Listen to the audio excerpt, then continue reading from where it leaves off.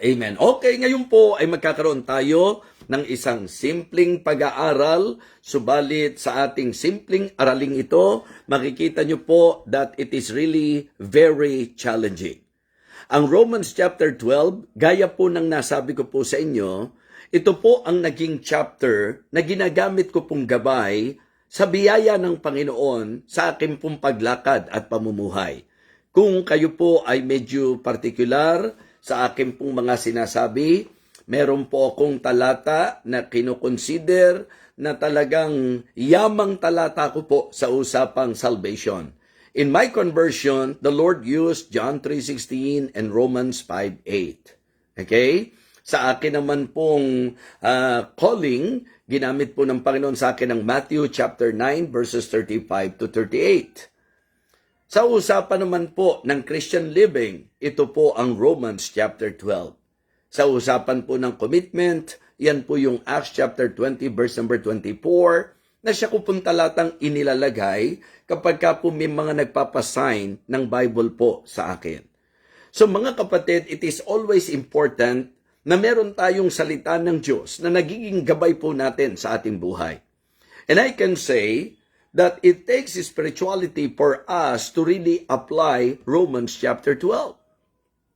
Yes, mga kapatid, ang challenge ko po sa inyo ngayon ay ang bigyang pansin po natin ang chapter na ito, and then dyan po natin pag-aralang mabuti, mga kapatid, ang ating pong pagkakristyano. Because if we will consider yung kabisado at pamilyar na talata po sa marami, yung verses 1 and 2, di po ba? I beseech you therefore, brethren, by the mercies of God, that you present your bodies a living sacrifice, holy, acceptable unto God, which is your reasonable service. Napakahalaga po na tayo po ay maging katanggap-tanggap sa Diyos, na ang ating pong paglilingkod, ang ating sarili, ang ating hain ay maging katanggap-tanggap sa Panginoon.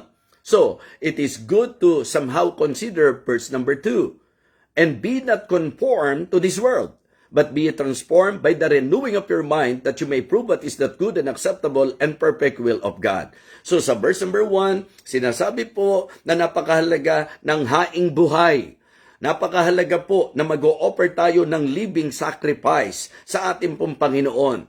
At para mangyari po yan, meron po tayong hindi dapat sang-ayunan. Ito po ay ang takbo, lakad ng sanglibutang ito. That is exactly what verse number 2 said. And be not conformed to this world. Huwag tayong makiayon. And if you can still remember, sinabi ko po sa inyo that we can use ito pong verse na ito against worldliness, but it is good also to somehow understand clearly na yung pinaka-konteksto po nito mas nagdudwell sa idea po ng hindi natin pakikiayon sa mundo. Ito po yung lakad at ugali ng mundo. Nung sinabi pong, and be not conformed to this world, yung kung paano po ang lakad at ang pamumuhay po ng mga nasa mundo. Di po ba? Kaya nga, very challenging po talaga itong Romans chapter 12. Ngayon po, sa ating magiging pag-aaral, kinuha ko po yung last verse na ang sabi po, be not overcome of evil, but overcome evil with good. Huwag daw po tayong magpadaig sa masama, kundi daigin natin ng mabuti ang masama. So napakagandang paalala po ito, mga kapatid. Napakagandang paalala po ito. Kasi mga Kristiyano, kung ating pong pag-iisipan sa turo po ng banal na kasulatan, ito po ay mga paalala na kung saan magpapakita ng patotoo ng Kristyanismo talaga na iba kaysa dito po sa pamumuhay at kalakaran ng mundo. So, ito po ang gusto kong ipagministeryo ngayon. Be not overcome of evil. Ibig sabihin, huwag kayo o huwag tayong padaig sa masama, kundi daigin natin ng mabuti ang masama. Diba? Yun ang ating magandang matutunan ngayon. Paano ko dadaigin ng mabuti ang masama? Napakahalaga po na ating pag-aralan ang puso ng Romans chapter 12. Diba? Mahalaga po yung tinatawag nating Christ-likeness. Yung tayo po ay magkaroon ng Christ-like character, mga kapatid. At yan po'y malinaw na ipinakita ng buhay ng ating Panginoon. Napakahalaga, Kristiyano, di po ba?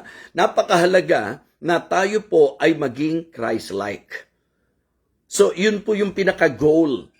Diba? Hindi po madali yan. Napakahirap po niyan, mga kapatid. Kaya nga sabi ko, napakaganda na ako at ikaw na nagkiklaim na tagasunod tayo ng Panginoon, yun po ang ating tingnang bigyang pansin. Yung lakad niya. I remember one of the songs ng mga Baptist, yung Stepping in the Light. Trying to follow the steps of a Savior. Ibig sabihin, dapat yun ang nasa puso natin, na kung meron tayong susunding yapak at susundang yapak, ito po ay ang yapak ng Panginoon.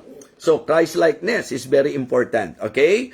Ano po ang mga bagay na po pwede nating mabigyang pansin?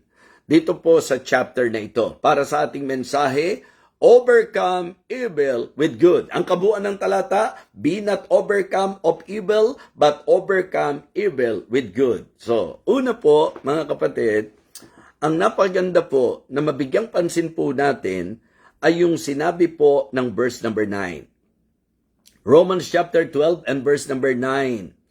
Ang sabi, let love be without dissimulation. Abhor that which is evil. Cleave to that which is good. Mga kapatid, let us apply charity. For us to overcome evil with good, ang kailangan po natin is to apply charity, compassion. Ang dapat po sa Kristiyano, tayo po'y lumakad sa pag-ibig. At ang usapang pag-ibig po ay hindi dapat may pagkukunwari. Hindi dapat merong pagpapaimbabaw. So ito po ang napakahalagang bagay na dapat matutunan po ng bawat isa sa atin. Kasi ang problema ng marami, dahil nga po hindi nabubuhay sa pag-ibig, simpleng problema lang po, pinalalaki.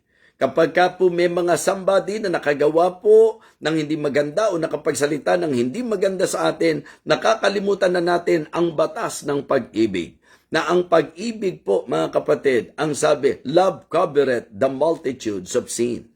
Ang tunay na pag-ibig daw po ay hindi nagbibilang ng kasalanan ng kapwa. Ang tunay na pag-ibig daw po ay hindi nagkikip ng mga evil record. Ang ibig sabihin, pagka ito ay totoong pagmamahal, beareth all things, endureth all things, mga kapatid. Kaya nga, yun ang itinuturo po ni Apostol Pablo.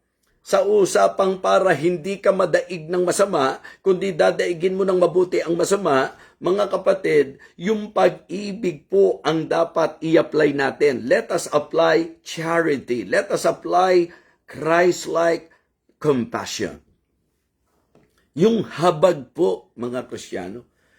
Sasabihin natin, paano mo gagawin yan sa taong gumawa ng masama sa iyo? Kaya nga sabi ko po, ang sinesentrohan natin talaga, Christ-likeness eh. Because the Lord Jesus Christ, in spite of the fact that He is innocent, alam po natin na siya po'y perfect, wala po siyang kasalanan, pero siya po'y nagsuffer para sa kasalanan ng mga tao. Siya po ang nagdala ng bigat. Siya po ang nagdala ng parusa. Siya po ang nagdanas ng parusa. And you know what? Sa lahat ng masasamang ginawa ng tao sa Kanya, ang Kanya pong sigaw, doon po sa krus ng Kalbaryo, unang wika ng Panginoon, Father, forgive them for they know not what they do. Paano natin sasabihin na tayo po ay nag-a-apply ng pagmamahal kung lagi tayong nakaabang sa kamalian ng kapwa natin? Kung lagi po tayong nakaabang sa maipipintas natin at maipupunto natin laban sa kapwa natin. Kung ikaw ay totoong Kristiyano, ang totoong Kristiyano ay dapat lumakad sa pag-ibig. Yan po ang sabi ni Apostol Pablo sa mga taga-Efeso, mga kapatid, sa chapter 5, and walk in love. And walk in love even as also Christ loved us.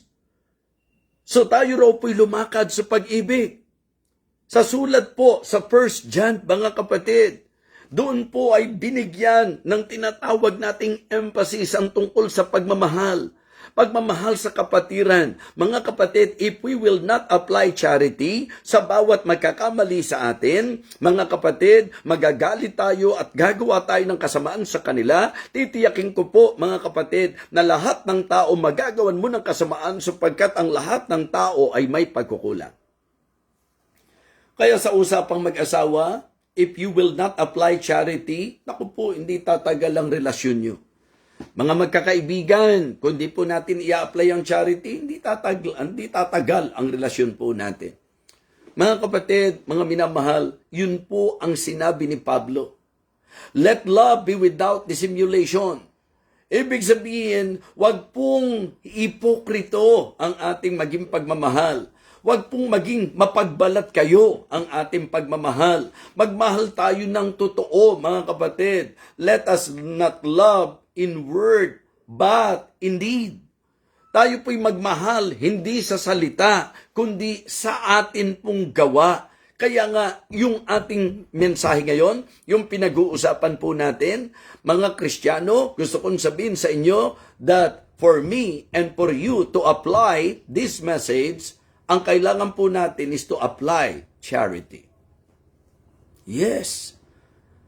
Be not overcome of evil, but overcome evil with good. Tingnan nyo ang sabi po. Okay, Romans 12, verse number 9. Let love be without dissimulation. Abhor that which is evil, and cleave to that which is good. So yung idea po, tanggihan ng kasamaan. Di po ba? Yung idea po, yung word naman na cleave, ito po mga kapatid, ang ibig sabihin, ang kapitan natin ay ang kabutihan.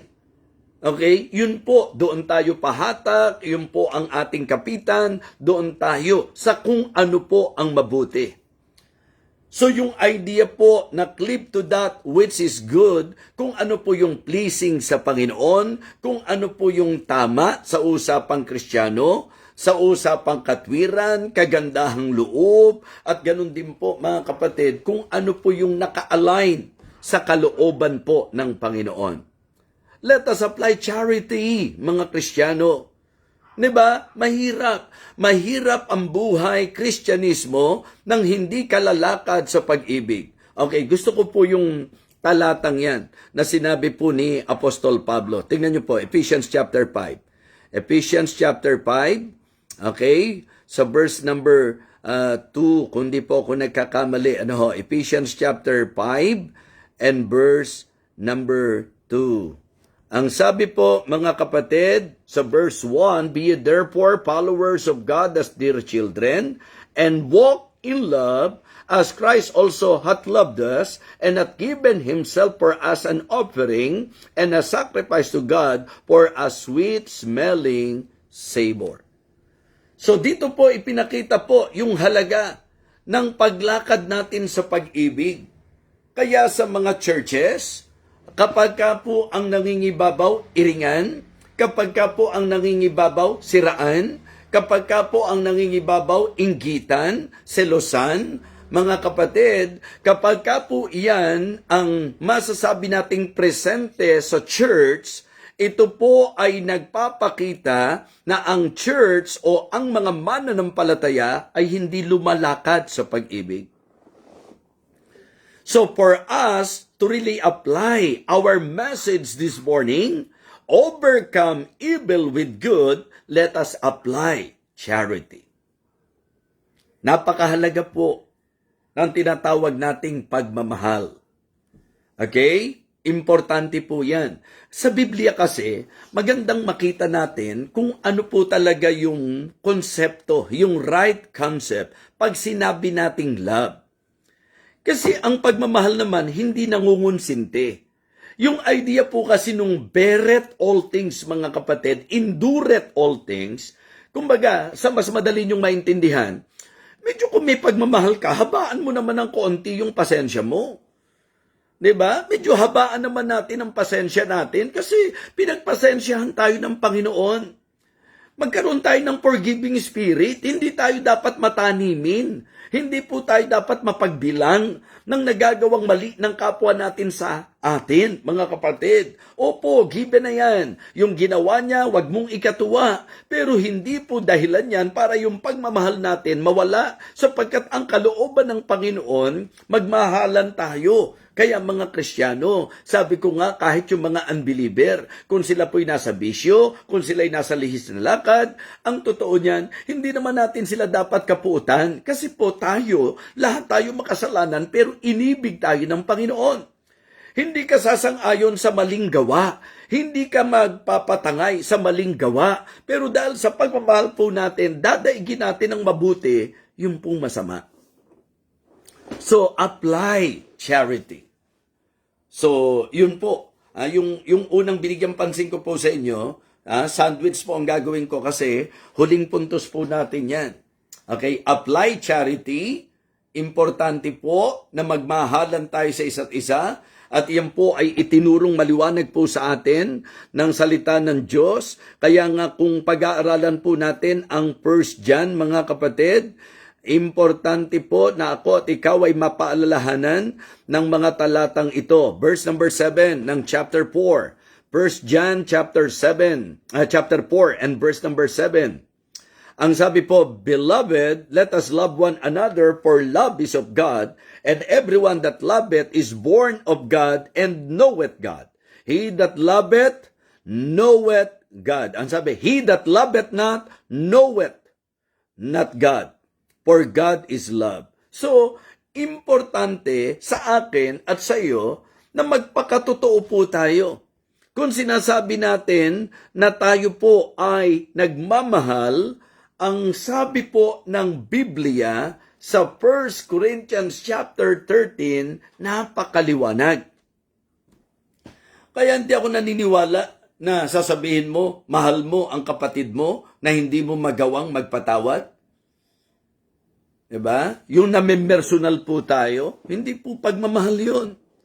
Pagmamahal sa sarili yun. Kasi ang dahilan po minsan kung bakit hindi ka makapagpatawad, kasi sobrang mahal mo sarili mo. Hindi mo matanggap na nakagawa sila ng hindi maganda sa iyo, nakapagsalita sila ng hindi maganda sa iyo. So nakasentro ka po sa pagmamahal mo sa sarili mo. Ang kailangan po, ma-overcome po natin ng kabutihan. At ang idea po na sinasabi ko sa inyo, for us to overcome evil with good, let us apply charity. Mahirap pagka po walang pagmamahal. Maaaring may mga mag-aasawa dito na talagang pagmamahal po ang nagtatali sa amin. Kasi kung nagbilangan lang po kami ng kakulangan ng isa't isa sa amin, palagay ko matagal na po kaming wala. Matagal na po kaming hiwalay. Tama po ba ako? Totoo po ba itong sinasabi ko? Pero pag natutunan po natin, ito pong mensahe natin, kahit sa anong klaseng relasyon, mga kapatid, napakalaking help nito. Sa mga anak natin, tama po? Kung bibilangan natin sila ng pagsuway, kung bibilangan natin sila ng katigasan ng ulo, ng hindi pagrespeto, mapupuot ka. Pero hindi ka looban ng Diyos na magpadaig ka sa masama. Daigin mo raw ng mabuti ang masama at ang makadadaig dyan ay ang pagmamahal. Amen? Let us apply charity. Second, let us apply control. Particularly self-control. So, lagyan natin ng scriptural charity. Yun talagang pagmamahal ayon sa Biblia. O ito, self-control or spirit's control. So, dapat ito po ang ating i-apply. For us to overcome evil with good, kailangan po natin ng self-control or pakontrol tayo sa banal na spirito. Tingnan niyo po ang sabi ng Galatians chapter 5. Galatians chapter 5, mga kapatid, at ang talata po ay magsisimula sa verse number 16. Galatians chapter 5, verse number 16. Ang sabi po, mga kapatid, this I say then, walk in the Spirit, and you shall not fulfill the lust of the flesh. So, kung gusto po natin na madaig natin ang kasamaan, ang ipangdadaig natin dyan, kabutihan. But how can we overcome evil? 'Di ba? Kasi ang ano natin overcome evil with good. Mga kapatid, wag kang pakontrol sa laman mo. Oh, nagngangalit ako. Talagang nanggigigil ako sa ginawa niya. Yun po yung gawa ng laman. Yung kapuotan, yung galit, mga kapatid. Kaya wag kang magpapadala sa galit. Ikaw ang dapat nagkokontrol ng galit. At sinasabi ko po sa inyo, imposible na sa likas natin makontrol natin ang galit. Ang kailangan natin ay ang Espiritu ng Panginoon. Amen? Yes.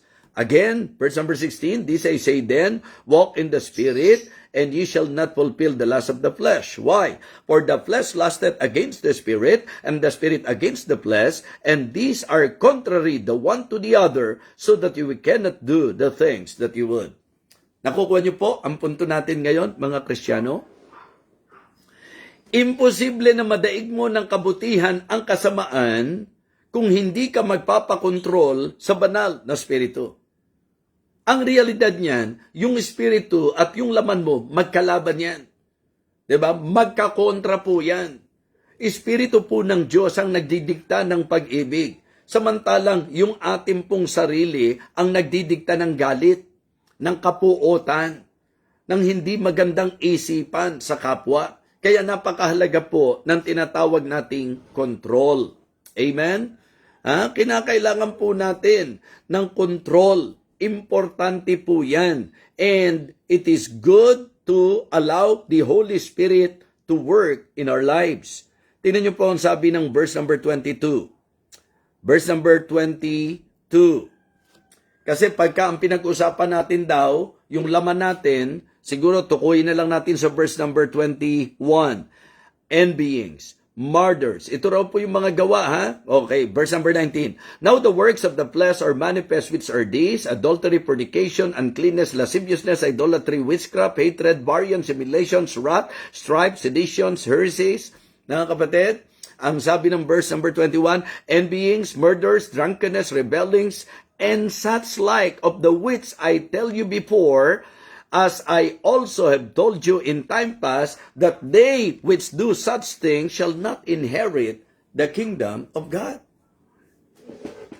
So kaya yun po ang lalabanan natin, yung gawa at ang gusto ng ating laman. Ano po ang gusto nating gawin sa mga hindi maganda ang ginawa sa atin? Ano ang gusto nating gawin sa mga nagsalita ng hindi maganda o masama sa atin, sa mga nakasakit sa atin?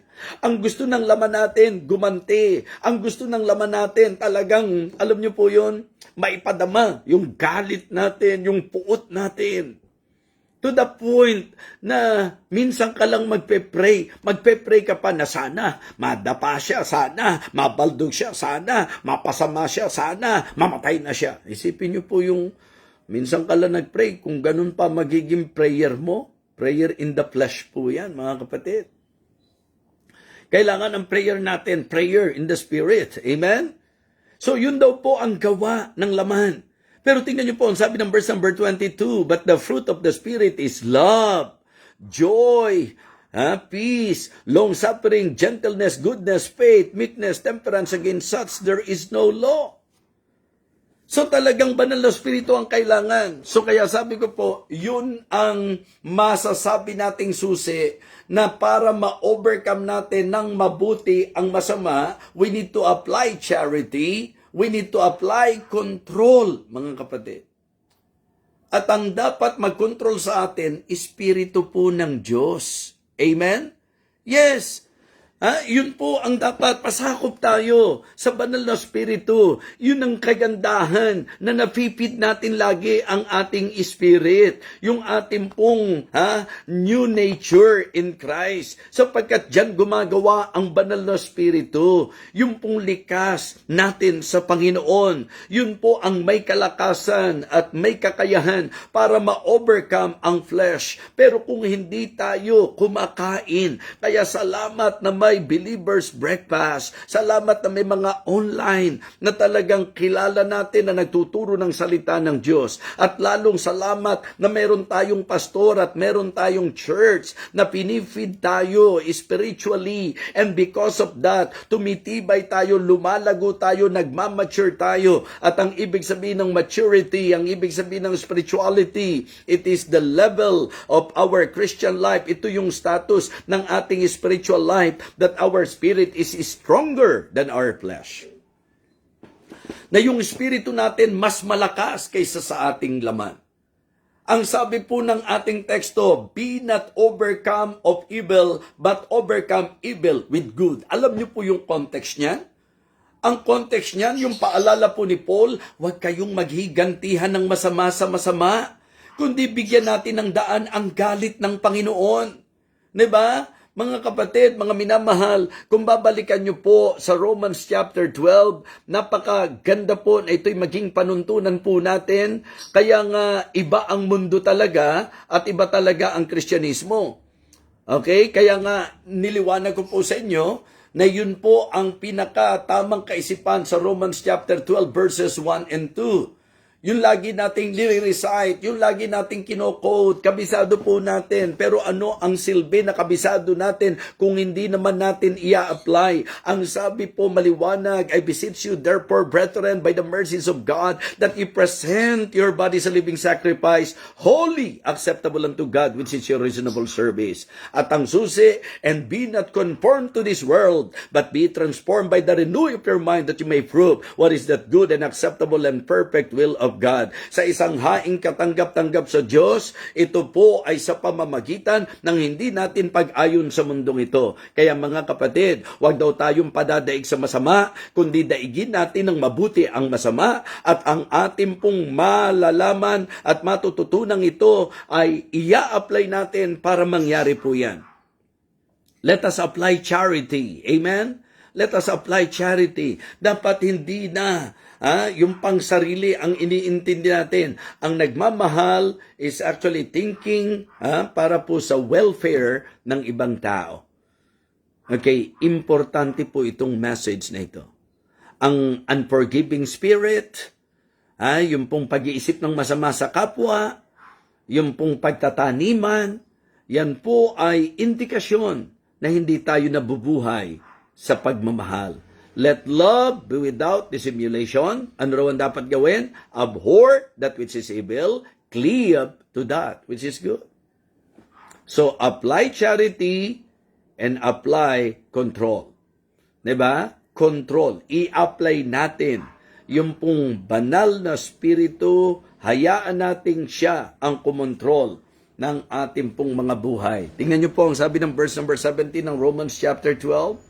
Romans chapter 12 and verse number 17, recompense to no man evil for evil, provide things honest in the sight of all men. If it be possible, as much as lieth in you, live peaceably with all men. Verse number 19, dearly beloved, avenge not yourselves, but rather give place unto wrath, for it is written, vengeance is mine, I will repay, saith the Lord. Marami po ang bumabagsak dito. Kumbaga mga kapatid, para pong yung mga pelikula na napapanood po natin, na kapag ka po naapi, inilalagay na po ang batas sa kanilang kamay. That is still kaso po yun. Kaso po yun. Kahit na nagawan ka ng masama, meron pong batas na dapat kinikilala na sila po ang uusig sa mga masasama, sila po ang magsisintensya sa mga masasama, pero ang problema, may mga tao po na dala ng kanilang galit, inilalagay ang batas sa kanilang mga kamay, kaya ang resulta, nagiging krimen po yun. Okay? Bakit? Sapagkat may batas na dapat kilalanin. Paano po natin i-apply yan sa Christian life? Mas lalo nga pwede nating i-apply sa Christian life. Bakit? Kasi sa batas natin dito sa tao, meron pong butas, kaya minsan talagang matetempt ka na talagang ikaw na gumawa ng paraan. Pero mga kapatid, ang pinag-uusapan natin ngayon ay ang Diyos na makatarungan at ang Diyos na matuwid sa lahat. na nagsasabi na huwag kayong maghigantihan ng masama sa masama. Dearly beloved, avenge not yourselves, but rather give place unto wrath, for it is written, vengeance is mine, I will recompense, saith the Lord. Kumbaga, ang magandang dating dito sa atin, sinasabi ng Diyos, na ang aking kamay, nasa aking kamay ang batas. Ako ang gaganti. Amen? So, yun po ang dapat maging motivasyon at encouragement po natin. So kaya dapat, Kristiyano, huwag kayong papadaig sa masama. Kung may nagpo-provoke sa inyo, huwag tayong papaprovoke. Ang bigat nga ng sabi dito sa verse number 20. Diba? If thine enemy, ang sabi, hunger, feed him. If he thirst, give him drink. For in so doing, thou shalt heap coals of fire on his head. And then, be not overcome of evil, but overcome evil with good. Yan po ang malinaw na sinabi ng Bible. Okay? At ngayon po, ididiin ko po yung unang binabanggit ko sa inyo. Let us apply charity. Let us apply control. Pero imposible po yan kung di natin i-apply yung pong ibinigay ko po sa ating introduction. Christ-likeness. Christ-likeness. It means we need to follow the footsteps of our Lord. Diba sabi ko nga, laging may mga pagkakataon po kasi nakatutulong din, lalo na po yung biblical logic. Yung bang logic na may wisdom. Okay. Ang Panginoon, perpekto. Kailanman po, hindi siya nagkulang. Kailanman po, mga kapatid, hindi siya nagkamali. At kailanman, wala siyang kahit sinong inapi. In fact, napakabuti ng Panginoon, napakatapat ng Panginoon, at masasabi nating napakamapagbiyaya ng Panginoon. Ang dami po na lahat ng katangiang masasabi natin because our God is perfect, mga kapatid. But listen, Him, in spite of the fact, ang Diyos natin, in spite of the fact that He is perfect, that never na makapagkukumit siya ng mistake, kahit kailan, hindi siya nagkulang. Kahit sa kailan, hindi siya magkukulang. Napaka-perfecto ng Panginoon, napakabait ng Panginoon. Pero anong ginanti ng tao sa Kanya? Okay? Tingnan niyo po ho, ang Diyos na perpekto, na kung tutuusin, nasa Kanya ang lahat ng karapatan, na sa bawat pagkakamali natin, sintensyahan po tayo. Pero ano po ang Kanyang ibinigay? Mercy. Mercy. At ano po yung pinaparanas niya sa atin? Grace. Hindi ba sabi ko po sa inyo, ang mercy at grace, yan po ang kabuuan ng love ng Panginoon. Na ang pag-ibig ng Diyos ipinapahayag niya sa pamamagitan ng kanyang mercy at ng kanyang grace. But my point is this, mga kapatid, siya na perfect na kahit kailan hindi magkukulang at hindi magkakamali sa atin, mga kapatid, marunong siyang magpatawad at naglalapat siya ng patawad. Ang nakakalungkot, at ito nakatutulong sa akin kung bakit, kumbaga, pinapatay ko po yung sarili ko sa ganong bahagi. Control ang tawag doon. Diba? At pinapagahari ko po yung talagang, alam niyo po yun, yung pag-ibig na tinutukoy natin. So, ang idea po, ang Diyos hindi nagkakamali, pero sa lahat ng ginawa natin sa Kanya, nandoon po yung Kanyang lapat na patawad. In fact, ang sabi po, if we confess our sins, He is faithful and just to forgive us our sins and to cleanse us from all unrighteousness. Siya na Diyos na perpekto at hindi nagkakasala at hindi nagkukulang sa ating paglapit sa Kanya at paghingi ng tawad, pinapatawad niya tayo. Tapos tayo na nagkukulang din, nagkakasala rin, nakakagawa rin ng hindi tama, tayo pa ang hirap na hirap magpatawad. Kaya ang akin pong nakikitang susi dito, mga kapatid, Christ-likeness talaga. Diba? Lumakad tayo ayon sa example na ipinakita ng Panginoon sa atin. At yan po ang itinuturo ni Apostol Pablo. Kaya para sa kanya, hindi na siya ang nabubuhay, kundi si Kristo na ang nabubuhay sa kanya. Ang idea po nito, mga kapatid, kalimutan natin ang ating mga pangsariling kaisipan, maging subject tayo doon sa example na ipinakita ng Panginoon sa atin.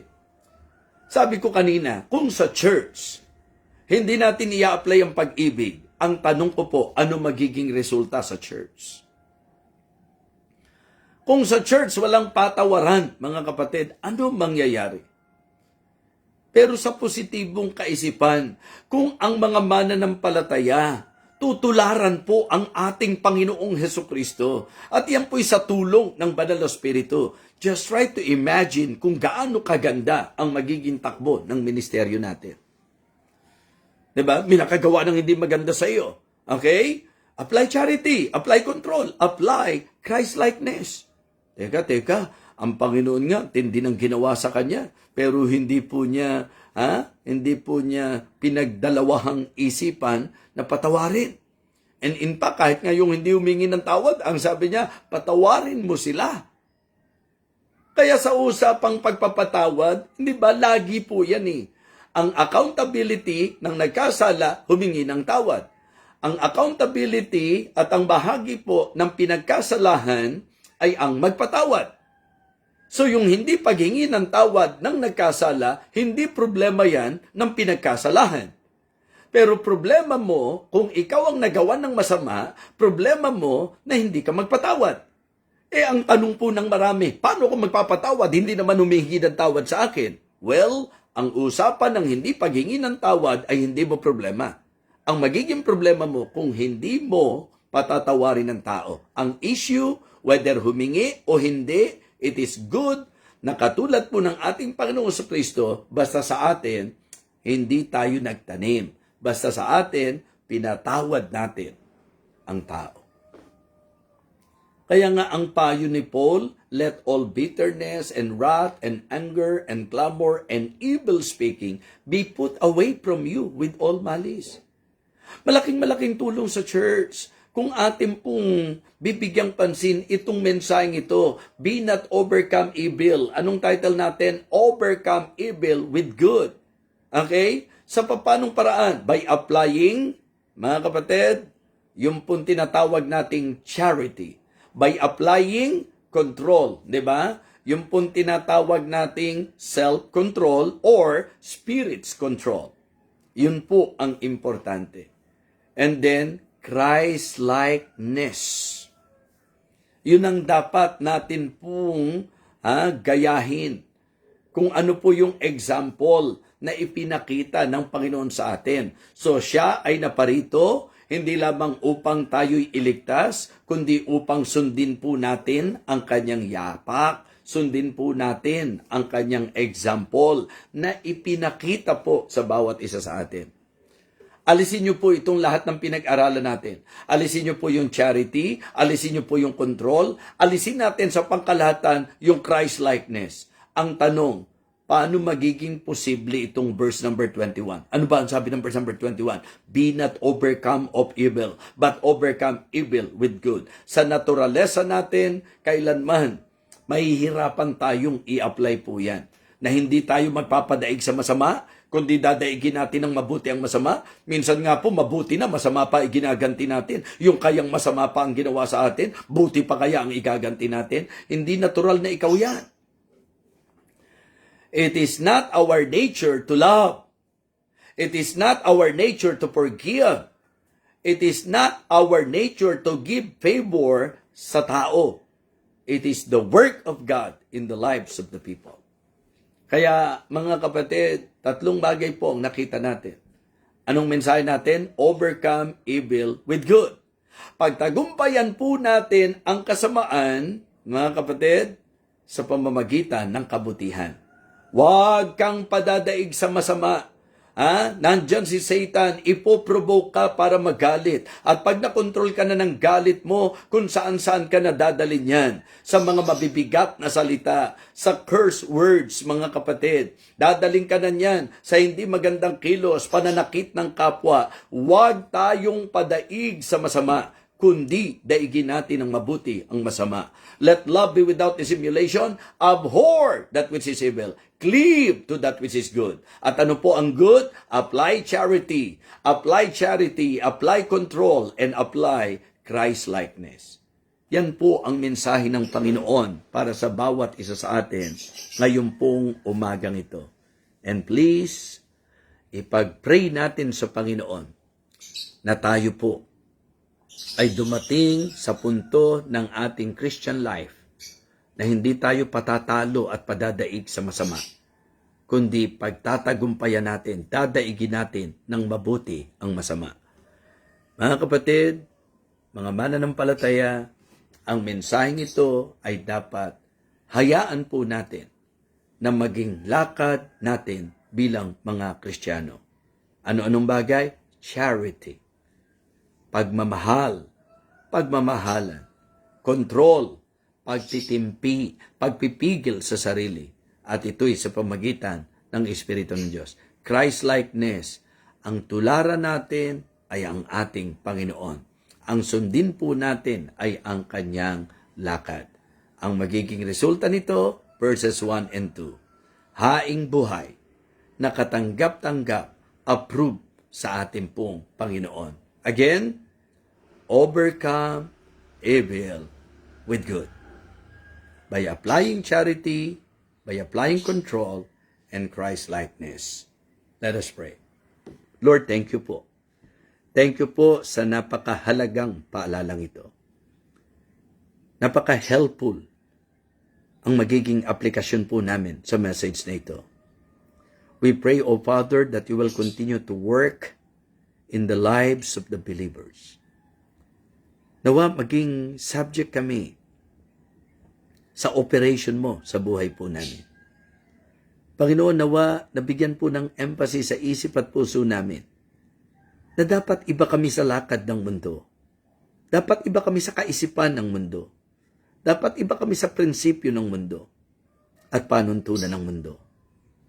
Nawa ang may apply po namin ay ang iyo pong itinuturo sa amin sa pamagitan ng iyong banal na salita.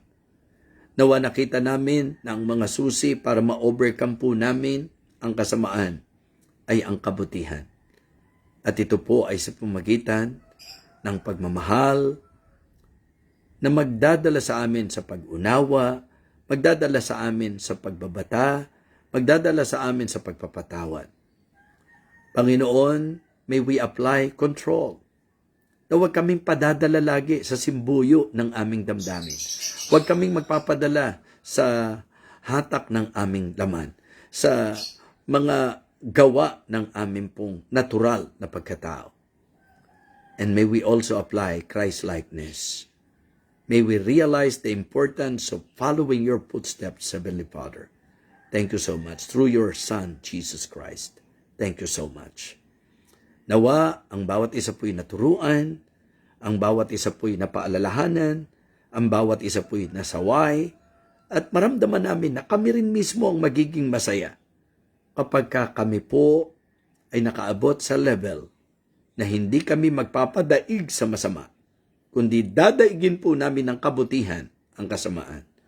Lord, help us. Tulungan mo po kami. Sa iyo po ang aming tiwala, sa iyo po ang aming pangahawakan. Sa pangalan po ng aming Panginoong Hesus, ito po ang aming panalangin. Amen.